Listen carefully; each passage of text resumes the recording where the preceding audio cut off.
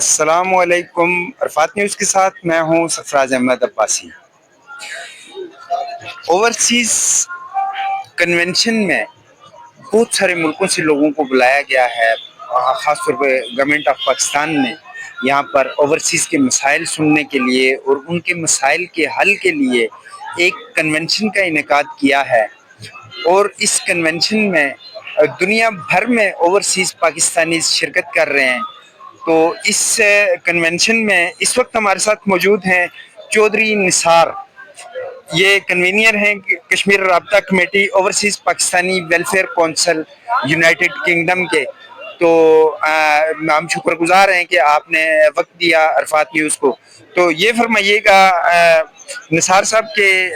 جو اوورسیز کے مسائل ہیں اس وقت، وہ مسائل کیا ہیں اور ان کا حل آپ کس طرح سے پیش کریں گے، تجویز کریں گے؟ میں یہ سمجھتا ہوں کہ جب سے سید قمر رضا صاحب او پی ایف کے چیئرمین بنے ہیں، انہوں نے مختلف ملکوں کے دورے کیے۔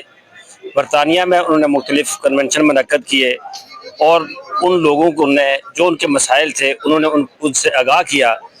کہ آپ کے مسائل کیا ہے۔ جو غیر ممالک میں برطانیہ سے آؤٹ بھی جو لوگ رہتے تھے انہوں نے بھی اپنے مسائل سے آگاہ کیا۔ پھر ہم سب نے مل کے ایک مشورہ کیا کہ ہم ایسا ایک انعقاد کریں پروگرام جس کے اندر تمام پاکستانی اکٹھے ہوں اور ان کو ان مسائل کے حل کے لیے اور ان کی کوششوں کے لیے جو ہم کر رہے ہیں اور جو سید قمر رضا صاحب اور ان کی ٹیم کر رہی ہے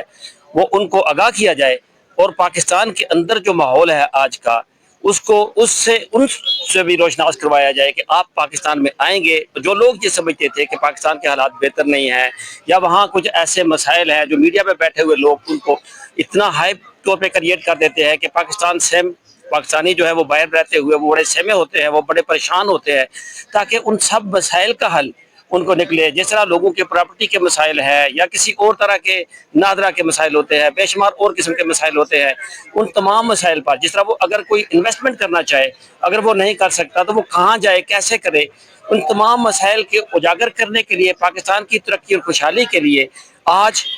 مختلف ممالک سے، پوری دنیا سے بسنے والے پاکستانی، اوورسیز پاکستانی، آج لوگ ورثہ میں اس وقت میں موجود ہوں، وہاں آئے ہیں۔ اور میں نے بہت سے دوستوں کو دیکھا جو میرے ساتھ تھے جن کو لوگ ورثہ کا نہ پتا تھا، نہ ان کو اس کے بارے میں کبھی انہوں نے سنا تھا، آج وہ دیکھا اور انہوں نے بڑے خوش ہوئے۔ ان کا جس طرح لوگ ورثہ میں استقبال کیا گیا اس سے بھی ان کو بڑی خوشی حاصل ہوئی، اور وہ آج اس بات پہ محسوس کرتے ہیں، خوشی کو محسوس کرتے ہیں کہ اسی طرح پاکستان کے اندر بیٹھے ہوئے اداروں میں لوگ ہمارے ساتھ مل کر اگر کام کریں اور ہم سب لوگ مل کر پاکستان کی ترقی اور خوشحالی کے لیے، آگے بڑھنے کے لیے، اداروں کی مضبوطی کے لیے، جو نیگیٹیوٹی پاکستان کے متعلق پھیلائی جا رہی ہے اس کو ختم کرنے کے لیے جو رول اپنا اوورسیز پاکستانی ادا کر سکتے ہیں وہ ہمیشہ کرتے رہیں گے۔ اور اس کنونشن سے میں یہ سمجھتا ہوں کہ یہ جو میسج اوورسیز پاکستانی کو جائے گا، آئندہ کے لیے لوگوں کے اندر ایک اور تڑپ پیدا ہوگی کہ اس طرح کے کنونشن مزید مستقبل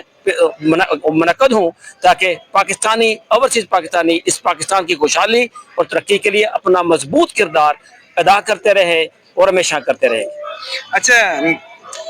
نثار صاحب، یہ فرمائیے گا کہ آپ کنوینئر بھی ہیں کشمیر رابطہ کمیٹی کے یو کے میں، تو وہاں پہ کیا کشمیر کے حوالے سے آپ کی جو کمیونٹی ہے وہاں پہ خاص طور پہ اوورسیز پاکستانیز ہیں وہ کیا ایفرٹس کر رہے ہیں؟ کشمیر کے حوالے سے ہر کشمیری کا، اسپیشلی میں پاکستانیوں کا شکریہ ادا کروں گا کہ ہر موقع پر کشمیریوں کے ساتھ کھڑے ہوتے ہیں، وہ کشمیر ڈے ہو، کسی فورم پہ جانا ہو، کسی بھی فورم پہ